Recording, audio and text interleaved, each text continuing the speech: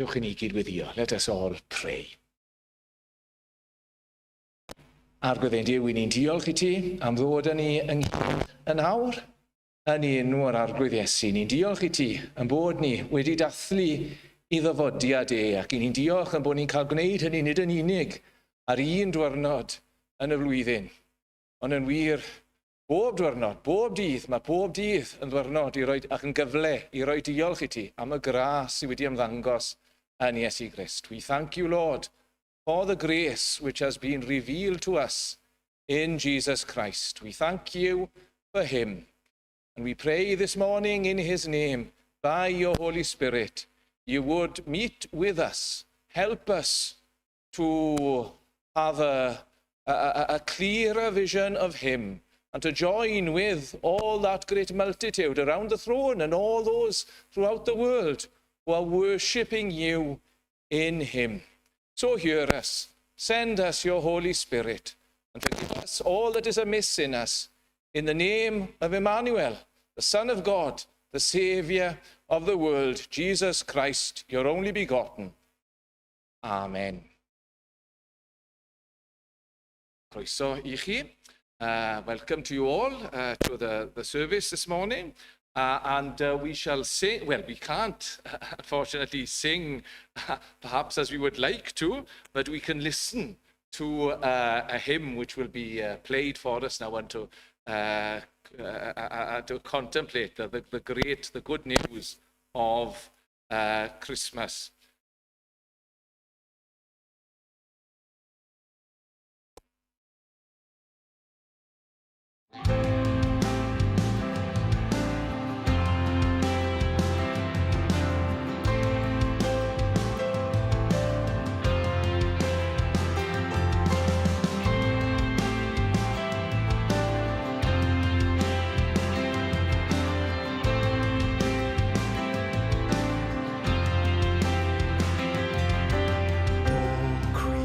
Of our God and King, come to his cradle now and sing.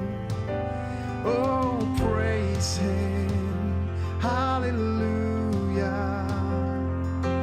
Thou angel host with golden beam, thou Christmas star with silver gleam.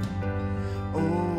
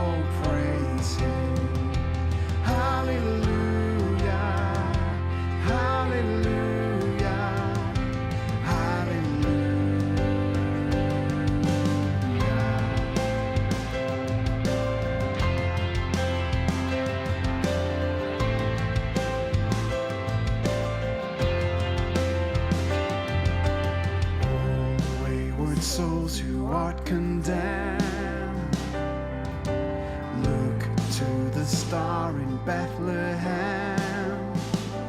Oh, praise him, hallelujah. Come, all ye shepherds, come, wise men. Christ born that ye be born again.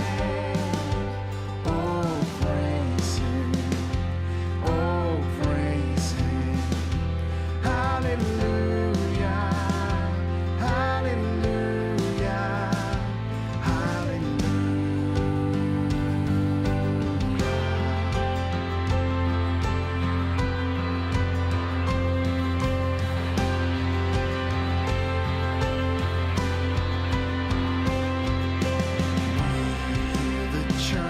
joyful cheer.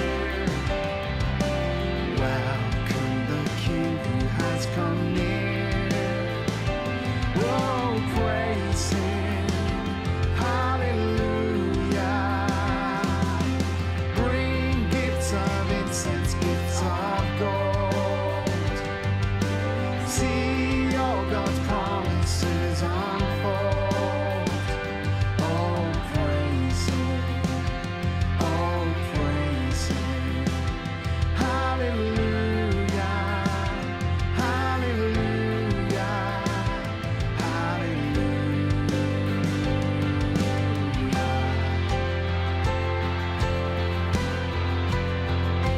Giving glory to King Jesus, born to save His people. Glory to King Jesus, born to save the world. Glory to King Jesus, born to save His people.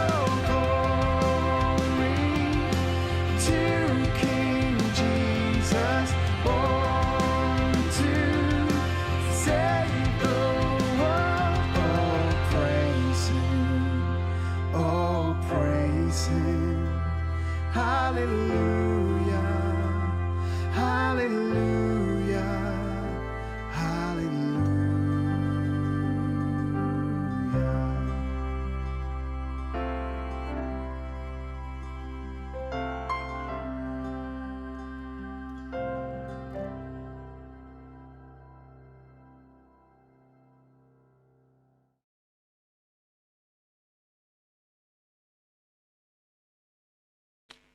Well, we'll read now from the Gospel according to John and the 8th chapter, beginning to read at verse 31. The reading will be in English on the screen, and I'll read in Welsh. Iwan, Pennod 8, gan ddechrau darllen yn adnod 31.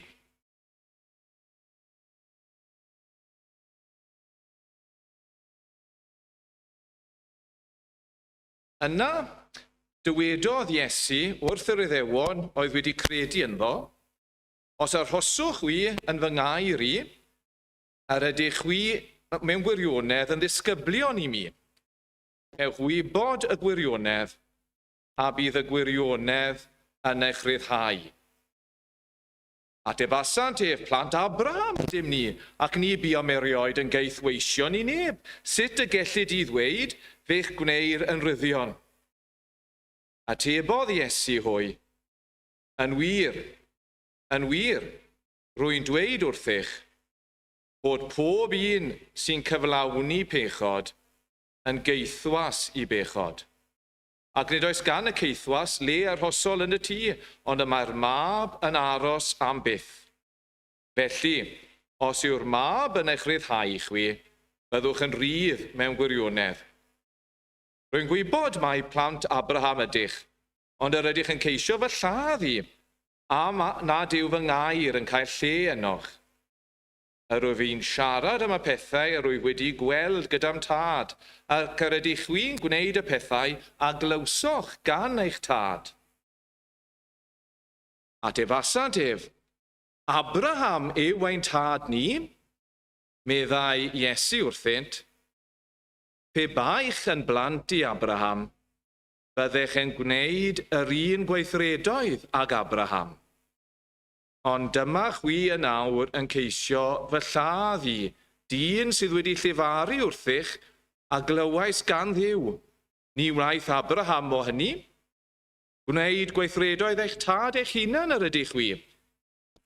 Nid plant teindram ohonom ni, meddent wrtho, un tad sydd gennym sef Duw. Meddai Iesu wrthynt, petai Duw yn dad i chwi, byddech yn fy ngharu i, oherwydd oddi wrth Dduw y deithim allan a dod yma. Nid wyf wedi dod ohono fy hun, ond fe am hanfonodd. Pam nad ydych yn deall yr hyn yr wyf yn ei ddweud? Am nad ydych yn gallu gwrando ar fy ngair? Plant ydych wi, i'ch tad ydy afol, ac yr ydych a'ch bryd ar gyflawni dymudiadau eich tad. Llofrydd oedd o'r cychwyn, nid yw'n sefyll yn y gwirionedd, oherwydd nid oes dim gwirionedd ynddo. Pan fydd yn dweud celwydd, datguddio ei natur ei hun y mai, oherwydd un celwyddog yw ef, a thad pob celwydd.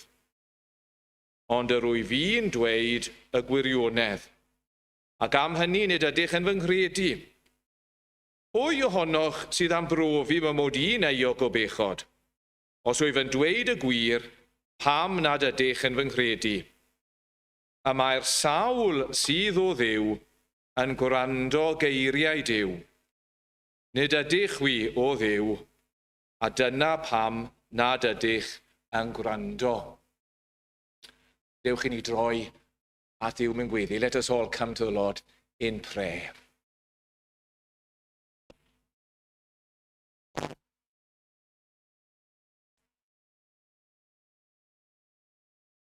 O arglwydd ein Duw, ni'n diolch i ti am dair y bore yma. Ni'n diolch dy fod ti yn siarad â ni. Ni'n diolch dy fod ti yn siarad â ni trwy'r y greadigaeth o'n cwmpas i ni. Ni'n diolch i ti am gael gweld yr haul heddi. Ac eto, godidoced y cread, nid oes dan wybren rei'r las ddim at gadw dyn fi gynt ar goll. We thank you, O Lord. We thank you for all your works, but we thank you most particularly for the way you have spoken to us. We thank you for the word that you have given to us. We thank you for all the promises we find in your word. And we thank you in the fullness of time for sending into this world the word incarnate, the eternal word himself. We thank you at Christmas that we can marvel again that the God who made everything and sustains everything by the word of his power should, in the person of his Son, have come and dwelt amongst us, should have come to such as we, should have come to us in our great need and in all the fullness of his grace and truth. We thank you that we have, despite the restrictions, been able to sing a little of that joy, perhaps even in our own hearts or in our own homes. We thank you that this is just a small foretaste of the great song of victory which is yet to come, when all the redeemed from all the ages will be gathered around the throne, singing to him who sits upon the throne, and to the Lamb be glory, power, honor, and dominion, for now and evermore. We thank you for that great hope that we have, especially at a time such as this, where there is anxiety and uncertainty and great distress. We thank you that we have this great hope in Jesus Christ. We thank you that we can look to him. And this is what we would do this morning. We thank you for bringing us together in his name. And we pray that you would speak to us now here as we meet, and whoever may be watching from their own homes or from other places, we pray that by your Spirit you would work on our hearts, work on our minds, open the eyes of our understanding to get a greater glimpse of this great Saviour whom you have sent. Forgive us that our view of him is so inadequate, so small. Perhaps some of us can think over the years that have gone by, how good he has been to us. Perhaps we can go back decades when we first heard of his love for us and to us, when we first were given to understand what he had done. And we think that in this time we should have made so much progress. We should have advanced so much. And yet we find ourselves coming again this morning, looking at the poverty of our knowledge and certainly the poverty of our walk with the Lord Jesus, and praying that you would look upon us in mercy. We thank you that you are so abounding in mercy. We thank you that in Jesus Christ we see how good you are. He who spared not his own son, but delivered him up for us all, how shall he not with him freely give us all things? Oh, we thank you, therefore, that in the name of Jesus Christ this morning we can pray that you would deal with us in your grace. Deal with one and all here present. Deal with one and all listening and watching. Deal with one and all in our own families and communities around us. It has been a troublesome year for many, a disturbing year for many. But we pray, Lord, that you would work through the disturbance, through the irritation, the annoyance, even the sadness. And by your grace, you would show your love to those in need, to our needy, our very needy world. We pray for the world and its needs. We have been through a pandemic. We are still in the midst of a pandemic. We thank you that there has been mercy shown with the provision of this vaccine, and indeed more than one vaccine. We thank you. Thank you that many may have already been vaccinated, others to come. We thank you that we can look on the new year in a different light because of this mercy. We pray that indeed we might see a turning back of the pandemic. We might see some normality return. We might know something of the relationship that we had with our colleagues and neighbors and friends, even with one another in the church. We pray that as the situation is altered, so we might come to value one another much more. We've been afar because of the situation. We pray that you might bring us closer together now, having missed each other's fellowship. We might come to delight more in it, value it more, appreciate it more, further it more as best we can. We pray for the world in which we find ourselves as well. We pray for those countries where there is no vaccination program at present. The poorer countries of the world, we pray for all those organizations who are seeking to help in their situations, that the vaccine might yet reach there, that lives would be saved, and that your people would be enabled to witness to you, show something of your grace. We thank you during this year. So many have. We thank you for all those believers who have shown something of the love of Jesus in their attitudes to the needy and lonely and sick. And we pray that something of that testimony might yet work on the hearts of those who have received it. Felly arglwydd, i ni'n dod at y ti nawr, i ni'n dod ac yn gofyn i ti ddod yn agos ato ni. Ni'n dod ac yn gofyn i ti lefaru wrtho ni drwy dair. I ni'n gofyn i ti yn goleio ni. I ni'n gofyn i ti yn cadarnhau ni. Ni'n gofyn i ti roed y dangnefedd i ni. I ni'n gofyn i ti weithio ynom ni, fel wyt ti'n gweld yn dda. Cofia bob aelod o'r eglwys, edrych arno ni yn dy dosturi, yn enw ac yn heiddiant Iesu Grist. Amen.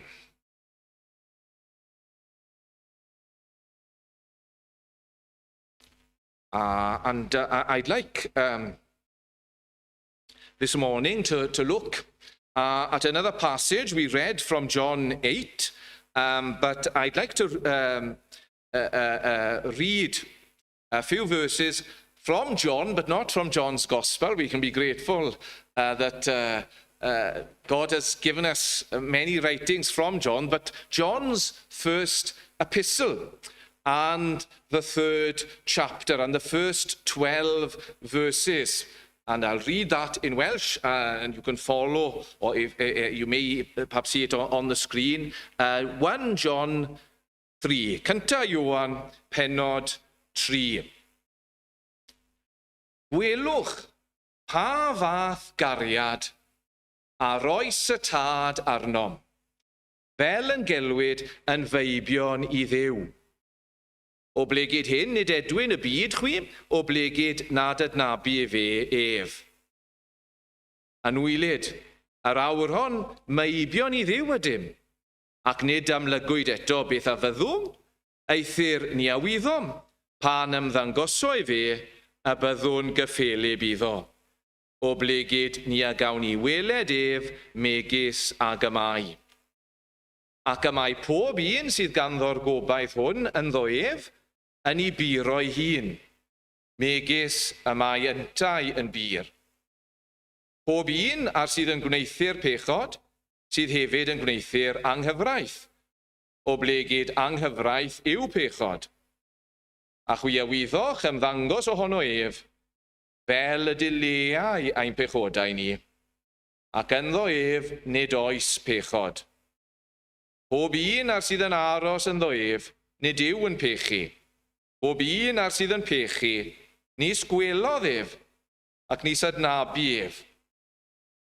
O blant bychain, na thwylled neb chwi, yr hwn sydd yn gwneithu'r cyfiawnder sydd gyfiawn, megis y mae yntau yn gyfiawn. Yr hwn sydd yn gwneithu'r pechod, o ddiafol y mae, canis y mae diafol yn pechu o'r dechreuad. I hyn yr ymddangosodd mab Duw, fel y datodau weithredoedd diafol. Pob un a aned o Dduw, nid yw yn gwneithu'r pechod. O blegyd, y mae had ef yn aros ynddo ef, ac ni all ef e bechu am I eni ef o Dduw. Yn hyn y mae'n amlwg plant Duw a phlant diafol. Pob un ar sydd heb wneithu'r cyfiawnder, nid yw o Dduw, na'r hwn nid yw yn caru I frawd. O blegyd hon yw'r genadwri a glywsoch o'r dechreuad, bod I ni garu ein gilydd. Nid fel Cain, yr hwn oedd o'r drwg ac y laddodd I frawd, a phaham y lladdodd ef. O blegyd bod I weithredoedd ef yn ddrwg, a'r eiddo I frawd yn dda. A wi am edrych y bore yma yn benodol ar ran o adnod o'r darlleniad yna. Cynta Ioan, adnod 3, ran o adnod 8. Falle bod chi'n gofyn, wel, beth yw'r cysylltiad ar Nadolig? Wel, os clywch chi'r cymal sydd gyda fi, falle byddwch chi'n deall yn well. I hyn yr ymddangosodd mab Duw, fel y datodau weithredoedd diafol. And I'd like this morning to look at one part of a verse in that reading we had from 1 John verse 3 and the end of verse 8. For this reason, the Son of God appeared, that he might destroy the works of the devil. Gobeithio bod chi wedi cael Nadolig da. Hope you've all had a nice Christmas, and it's not that long ago, is it? Especially if you were preparing for today, you realize, hey, after Christmas, hey, Sunday's coming on very, very quickly. So I presume that you're in a reasonably good mood this morning, which is always a good thing. Something, perhaps, of the sparkle of Christmas is still there. Perhaps a large portion of the turkey is still left, or it's going down, and probably even some of the chocolates are left as well. But, of course, as we all know, they will go. The turkey will go. If you don't eat it all, it'll be thrown out. The chocolate, you don't need to throw the chocolates out because they will go soon enough. And come, well, the end of January, at least at the latest, the end of January. Well, that's it all behind you. All the fuss, all the preparations, all the decorations, all the work, all the effort. It's all behind you.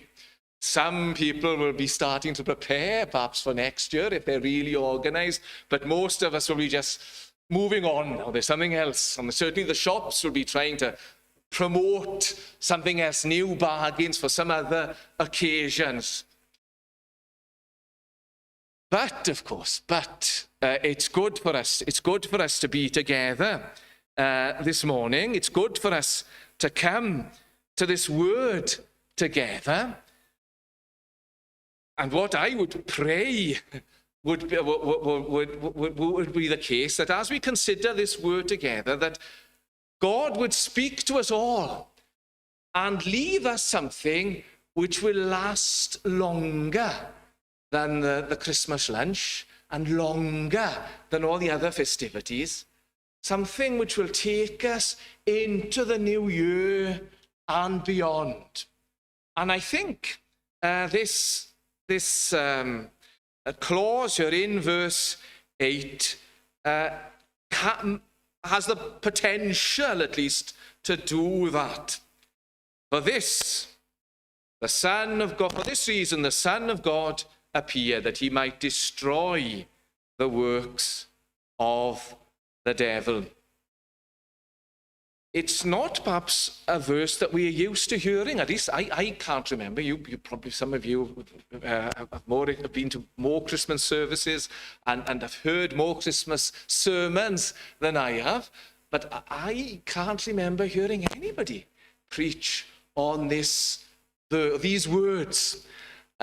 So at least I've got, if it's that true for you, I've got the advantage of bringing you something which you're not too used to hearing, a bit of variety for you, which may just get you thinking. And I think these words can help us to discover something of the power, if I can put it like this, the power of Christmas in three questions. Don't know what you did yesterday, but Margaret decided we're going to have a quiz. I thought, a quiz, well, we know about it, 10 questions. No, Margaret had 50 questions. All the different category, we don't have quizzes often, so, we might as well go and go all we know where our weaknesses are now. We know what we know, and we know what we don't know. Well, this I hope these questions, at least, will be simpler. But the answers, if you think about the answers properly, if God will help you just to get the cogs of your mind starting to work over these answers, that might be this Christmas a little different for you. Here are the three questions. Who? What is Christmas about? No, not what is Christmas about. Who is Christmas about? Who? Look at how John put it here. For this reason, the Son of God. The Son of God. He puts the emphasis there. Why do we call it Christmas? Don't have to be a Jesus. If we had that question yesterday, we might have scored a bit higher. Christ. It's about him. The center of Christmas is him. It's been a different Christmas this year, hasn't it, for all of us? Certainly, the run-up to Christmas has been different. The Christmas services have been different, if they've gone on at all, and really not what we're used to. And perhaps some of us are a little disappointed, that we don't have the things that we used to enjoy on Christmas. But perhaps the Lord might use that, that might use this change for good, not just to get us disappointed and angry and bitter and cynical. Perhaps might use that just to get us thinking, well, what is it all about? What is it just about Christmas parties? Is it just about eating as much and meeting as many people as you can? Is that all it is? Or is there more to it? Yes, there is. Who? There's this person who is different, unique, Christ, Jesus. Or, as John puts it here, the Son of God. The Son of God. God, the Son. Everything which is true about God is true about him. What do we know about God? Well, what the Son has made known to us. People say, well, I've got loads of questions about God. Who's going to answer those questions for me? The Son of God. I've got lots of doubts. I don't know if there is a God. Who's going to help me with my doubts? I can go to some clever people. I can look at all the arguments for and against and weigh things up as best I can. But who is going to tell me if there is a God at all? The Son of God. The Son of God. Everything that is true of God is true about him. As God doesn't change, he doesn't change. As God knows everything, he knows everything. As God is all-powerful, he is all-powerful. This year, perhaps of all years, we've been asked, well, who's going to help me? What am I going to do? Perhaps many people have been asking that question. They've had terrible experiences during this last year. What am I going to do? How am I going to get through this? Perhaps some of them, even this morning, are asking, how am I going to get to the end of this year?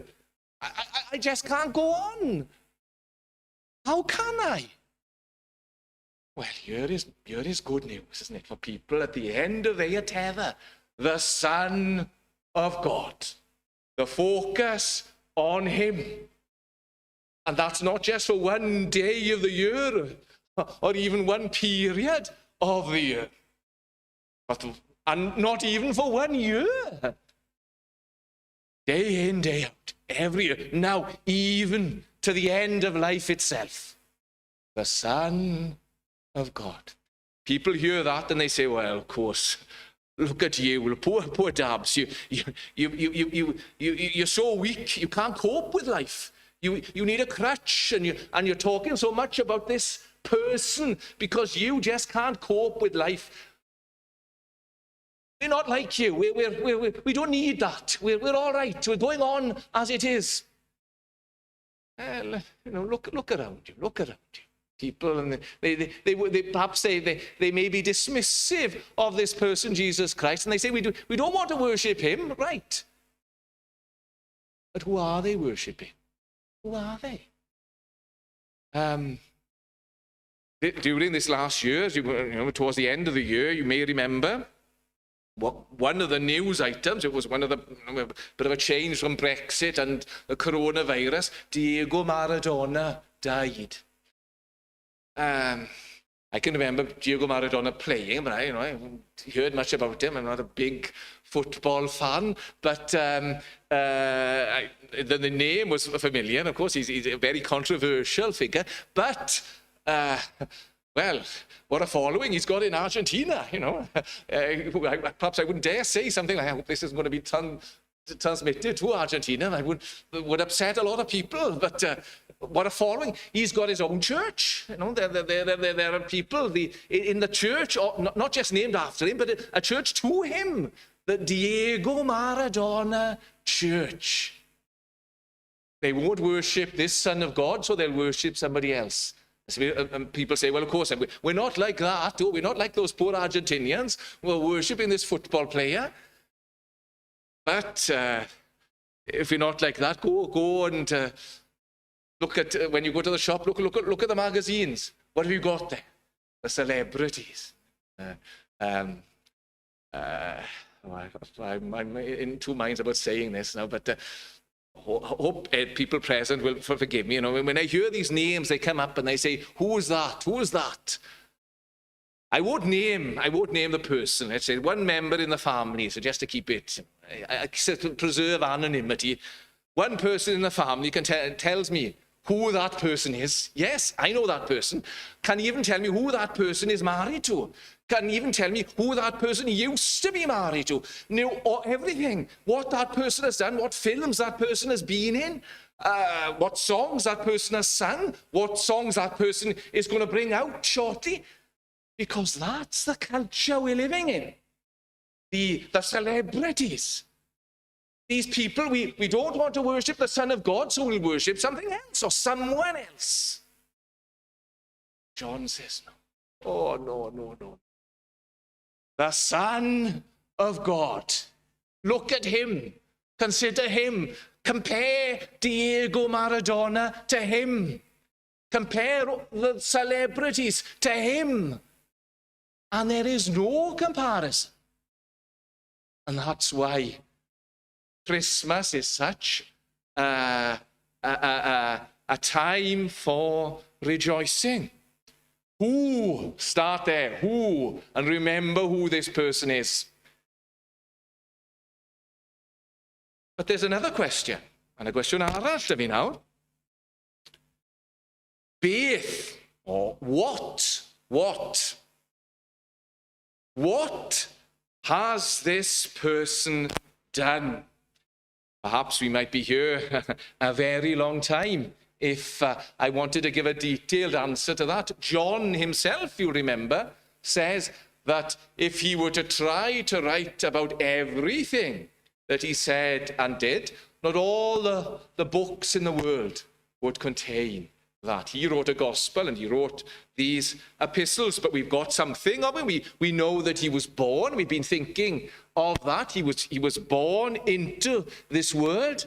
We know that he lived in the world. We know that he was brought up in Nazareth. We know that he went around Galilee doing good, teaching. The crowds gathered. We know that he went to Jerusalem eventually, was betrayed and given into the hands of his enemies, was condemned to death and rose from the dead. You know, and all of the, that's just a rough outline, of course. But that's what he did.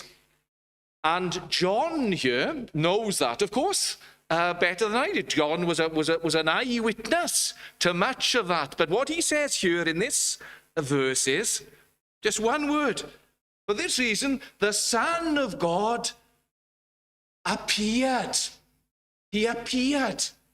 Now, some of you say, well, of course he appeared. He couldn't have done all those other things if he hadn't appeared. Yes, but John wants us to think a little about that word. He appeared. We think, or at least we ought to think, when we think of Christmas, of the appearing, his first appearing in the world. He came to the womb of Mary and he was born. He appeared, and then he went on throughout his life, making himself known. When you think about that word appearing, it tells you something about this person, Jesus Christ, something special about him. It tells you that he didn't come into being. That's not what John says. He wasn't like all of us here. We all have a birthday. We were born on that day. But of course,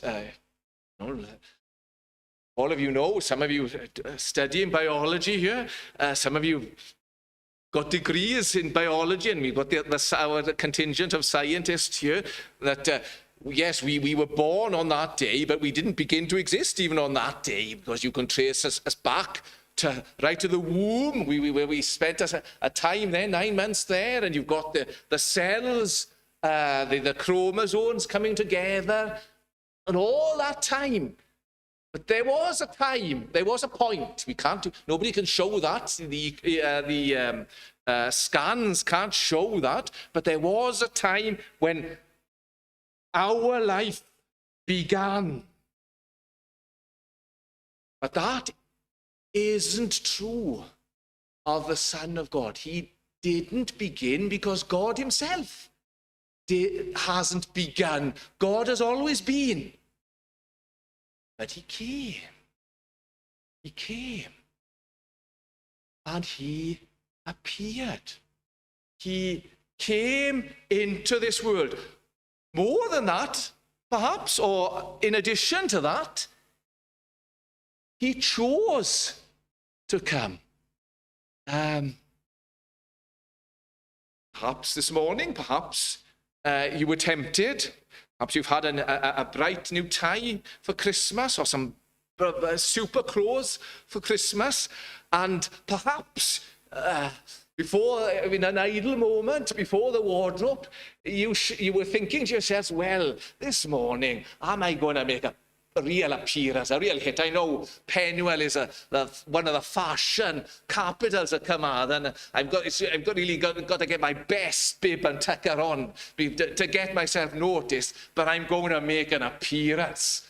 People are going to turn around, even behind the masks, they're going to look and marvel at me because they see me. It's my choice.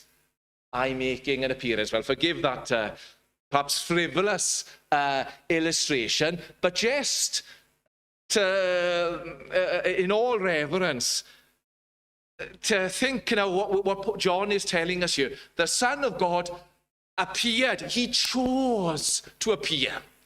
He chose to appear in humility, not in the grandeur of some earthly king, but in the manger. But he appeared. He chose that. It was all his bidding. He had a say in that. Different from us. We came into the world. Nobody asked our opinion. We came. It happened. He appeared. He chose to come. That is the person we talk about at Christmas. And with that, of course, he chose to make himself known. He came into this world so that we could know him. Now, some of you here are very knowledgeable, perhaps far more knowledgeable than I am about the Bible, and who knows who's listening and watching online. You know a great deal, and I think it's very humbling sometimes when you come from the pulpit and you've said something and you've got an expert in the congregation and they're dying to see you, just to tell you, of course, you got that wrong.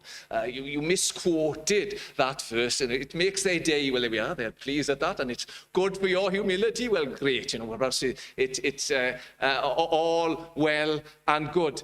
But all that factual knowledge, that you have has been revealed. You haven't discovered it. Not like the coronavirus vaccine. People weren't working at it for months on end. All that factual, we mustn't dismiss factual knowledge.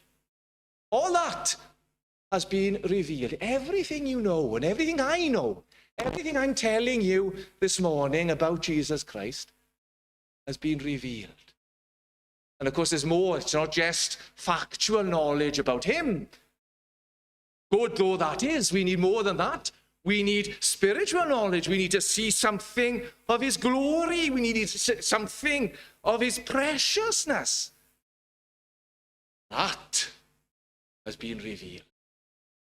Remember Peter, one of his high points. Peter, he had ups and downs in his life. There were some moments better than others, but certainly one of the high points. If Peter had thought of writing an autobiography, you can bet there would have been a chapter about this experience. He was there in Caesarea Philippi, and the Lord was asking him, well, who do men say that I am? What's the opinion about me? And I have all the answers that were current. And then he turns and says, well, what about you then? Who do you say that I am? And Peter, speaking for all, the first there with the answer, didn't even put his hand up, just butted in with the answer. You are the Christ, the Son of the living God. You are the Messiah. You are God's Son. You are the one we've been waiting for. You are the one we've been singing about. It's you. You're here. And the Lord turns to him, blessed art thou, Simon, son of Jonah, because flesh and blood has not revealed this to you. Not congratulations, you won the quiz, here's your prize. Flesh and blood has not revealed this to you. This isn't your cleverness, but my Father who is in heaven. This has been made known to you. This is a reflection, if you like, of this appearance. The Lord is appearing, making himself known to the spiritual eye. That's what we want to see. Good if people have got some mental knowledge, but that if only they had spiritual insight, if only they could see the appearing of the Son of God. And with his appearing, of course, comes great responsibility. One of the famous Christian Christmas readings, John chapter 1, tells us, verse 11, unto his own he came, or you might paraphrase that by saying, unto his own he appeared. He came to the Jews, unto his own, the people of the promises, the people with the word, the people with all the factual knowledge. And his own received him not. At yr eiddo I hun y daeth, yr eiddo I hun is derbyniasad. But as many as received him, verse 12, as many as received him, to them gave he power to be called sons of God, to those who believe in his name. I fear, cynifer ag ei derbyniasad ef, iddo ef yr oedd sefyll, allu iddynt fod yn feibion I Dduw. And you see there, with his appearing, the stark choice. We receive him, we believe in his name, or we reject him. But there's no middle ground. There's no in between. I just can't make my mind up. No, do we accept him? Do we rejoice in him? Do we trust him? Or do we reject him? He has appeared. What? And then lastly, one last question, just to get you thinking. And, well, I hope you've got the energy now and you're not too tired having got this far, because this really is the thrust, I think, of what John is saying here. The final question. Why? Pam yn y Dolig. Pam, Iesu Grist. Pam ymddangos. Why? And of course, again, this is a question which lots of people ask, or if they haven't asked it, it's there somewhere. People, they need a reason. We need a reason to be together today, listening to these songs and listening to this word. We need a reason for Christmas. We need a reason to rejoice. There's got to be something to it. People, well, come up with answers. They say, don't they? Well, we can be grateful that the Son of God has appeared to show us the way. To show us the way. We're in utter confusion, and we know that this year. We don't know what to do, and we need someone to show us the way. And that's true. But there's more. There's more. More than that. Or some people will say, well, yes, he's appeared to be with us. To be God with us. And we need that. We need somebody with us. And perhaps some of us have been very alone this year. We've been isolating, or we've got to keep the social distance, and we've been on our own, and we need somebody with us. And Jesus Christ has come to be with us. Yes, he has. But there's more than that. Oh, he's come to share the love of God with us. And we need the love of God. We need to know the love of God. Yes, he has come to show us the love of God. He has come out of the love of God for us. And yet there is more. And some of you, perhaps you'll be wanted to corner me as I go out today. Say, yeah, but you didn't say he's come to die. Yes, he's come to die. The whole point of the New Testament is it goes from Bethlehem to Calvary. He has come to die. He came to do what he couldn't do had he not come, to give his life as a sacrifice. Yes, he did that. Dare I say it, and you correct me if you've got strong feelings about this at the end. Dare I say it in all reverence and caution, there's even more. Or at least there is something to be added even to that, wonderful though that is, enormous though that is. And that is what John is telling us here. For this, the Son of God appeared, that he might destroy the works of the devil. Jesus Christ came into the world to destroy the works of the devil.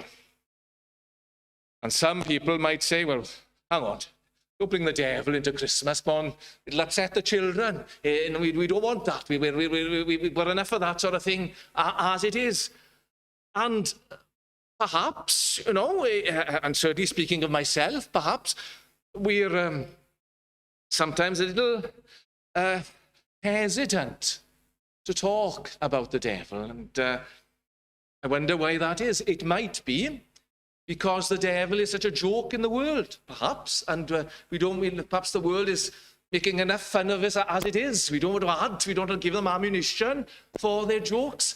Perhaps we play it down a bit, possibly, or perhaps we know of some Christian groups who make a real big deal of the devil. That's all they ever talk about, it seems. That's all that's on their minds. And perhaps we want to distance ourselves a little from that. We feel that's a bit imbalanced.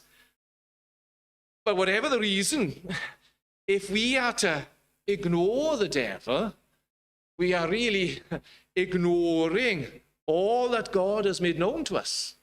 Go through the Bible from Genesis to Revelation. There is talk of the devil.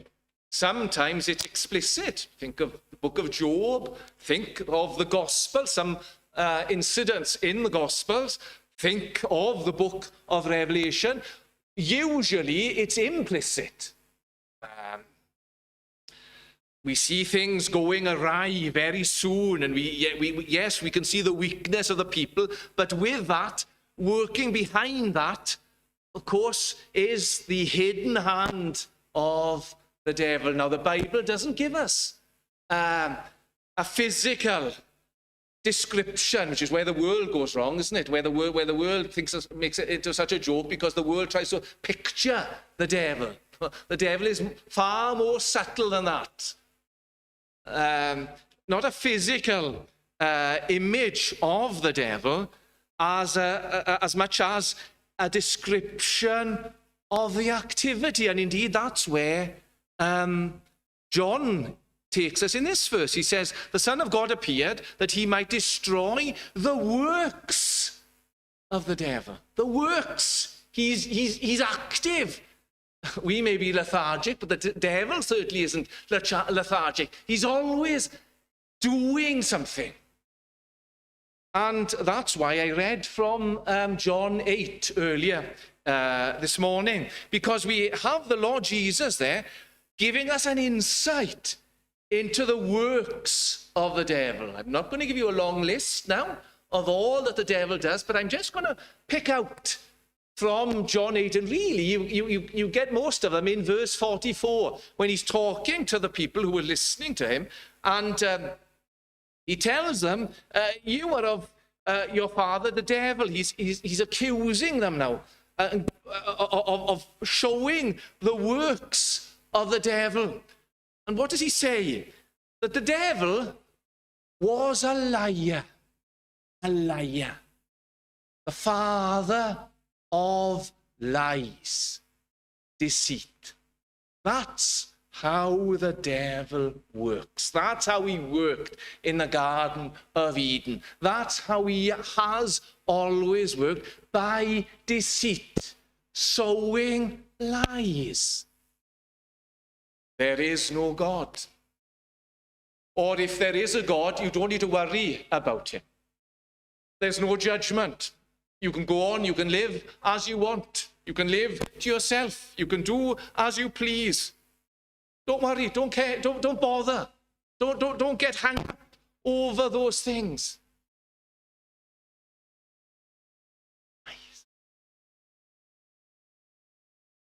Not only that, you read in John 8 again, you read in verse 34, he was a murderer. With his lies comes death, you see. The lies he gets people to believe lead them. Sometimes it leads them to actual deeds of murder. Even in this the passage that we read, we read there of Cain. Where did those wicked, hateful thoughts come?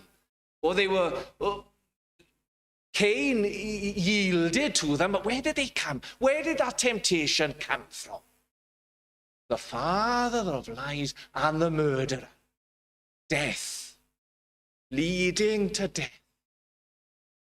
Those are some of the works of the devil. And then sin itself, the slavery of sin.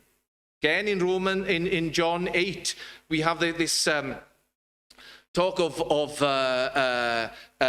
being slaves to sin, and you see it even here in verse 8. The devil sinned from the beginning. Whoever does sin, or you might paraphrase it by saying, whoever is a slave to sin is of the devil. That's what the devil is like. He wants us to live in disobedience to God, to delight in sin. I might go on. Perhaps some people have already turned and switched to another YouTube channel now to get something a bit more cheerful to listen to this morning. But before, if you haven't done that yet, wait a bit. Hang on a few minutes. Why is John saying this? Is it because he wants us to be scared? Be really scared of all the works of the devil? Or is it because he wants us to be depressed that the devil is doing this, getting people to believe lies? No. First of all, he wants us to be very grateful as we think of the coming of Jesus Christ, that for this reason, this why, the Son of God appeared that he might destroy the works. Or it's in the William Morgan, which is more a literal translation of the exact word, that he might release fel y datodau weithredoedd y diafol, that he might release, untie. If you've seen any James Bond films, you know what it's like. You can see what's coming. If you haven't seen the film before, you see someone they're tied up and the water is rising, and you think this is it. You know it's not it, because that's not how these films work. Sooner or later, the hero's going to turn up with his handy Swiss Army knife, which you never leave the house without, and he's going to untie those the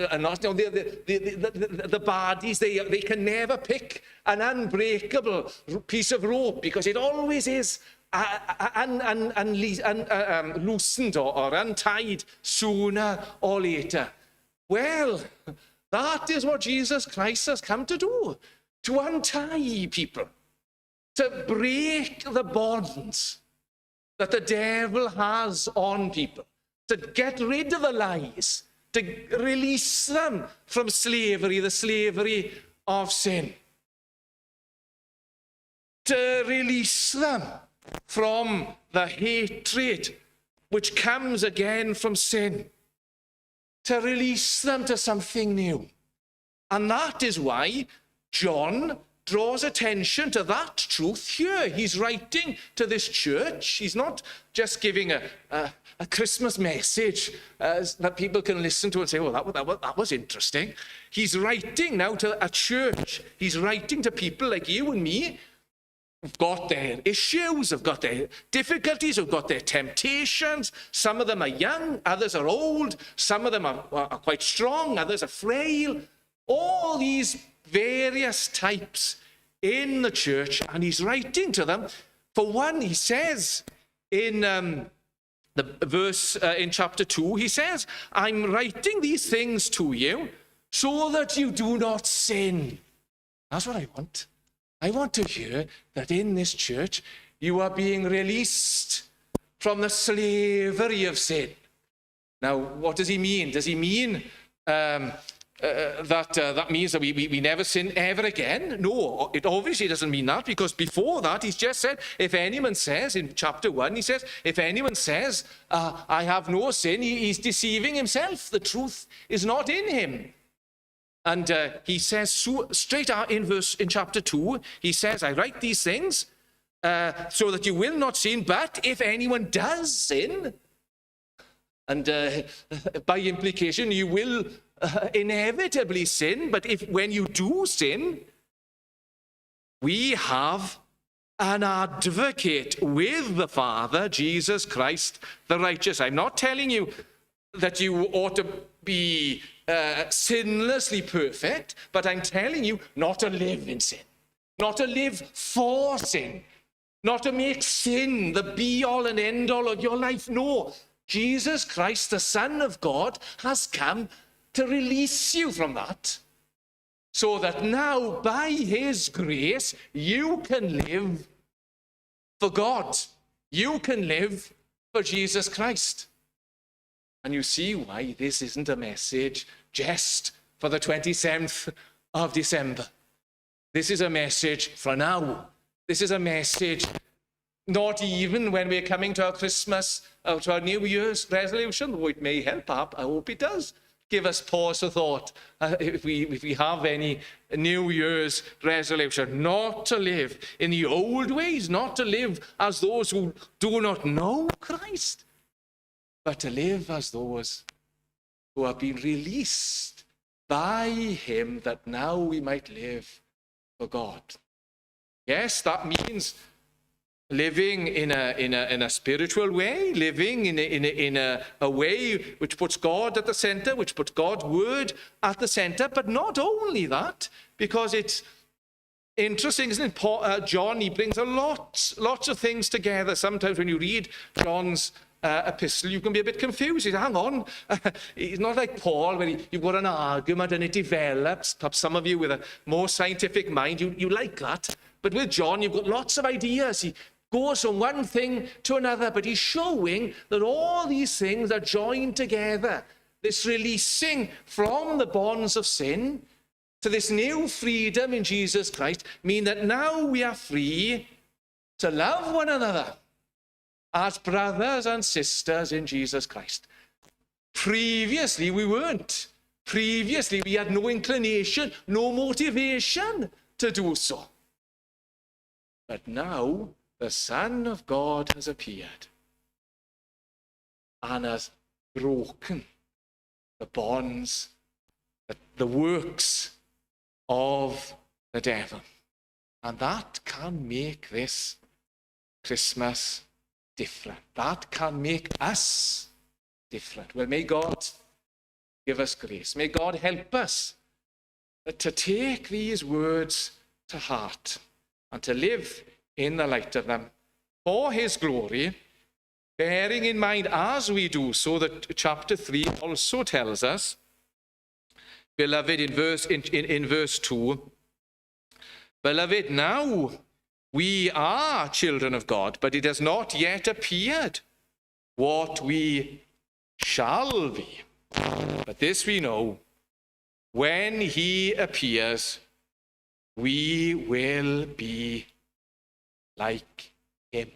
He has appeared in our midst as a man. One day he will appear in all his glory, and when he appears, we who trust in him will be like him, because we will see him as he is. As he is. Well, may God keep our minds and hearts there. Let us all pray. Arglwydd ein Duw, ni'n diolch i ti am yr un sydd wedi ymddangos. I ni'n diolch i ti am y gras sydd wedi ymddangos yn Iesu Grist. We thank you that one has appeared once and for all, the one Saviour, the one hope. And we pray that he would appear to each and every one of us. All of us would be given eyes to see, hearts to rejoice, now and evermore. Amen. Be. Dewn ni ar gyfieithiad o Garol, fi'n gobeithio, a yn hoff Garol yn Saesneg, ond yn Gymraeg ni'n mynd i glywed yn awr.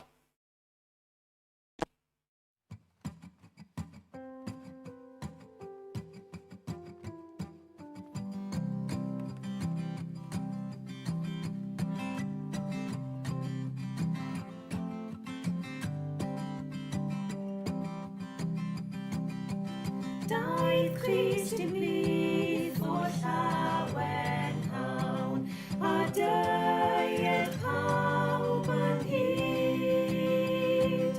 I'w dderbyn a'i gydnabod ef, yn geidwad i'r holl fyd, yn geidwad i'r holl fyd, yn geidwad i'r holl fyd.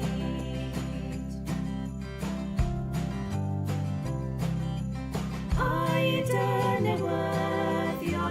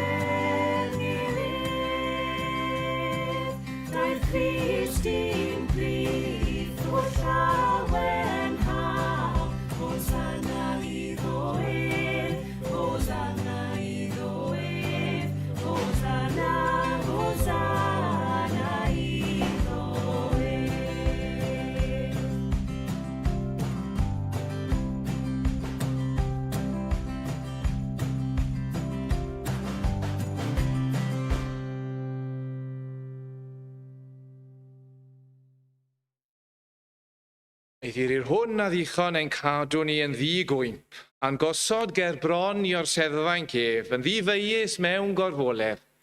I'r unig ddoeth Dduw, ein iachawdwr ni, yn dad, yn fab ac yn ysbryd glân, y byddog o goniant a mawredd, gallu ac awdurdod, yr awr hon ac yn dragywydd. Amen.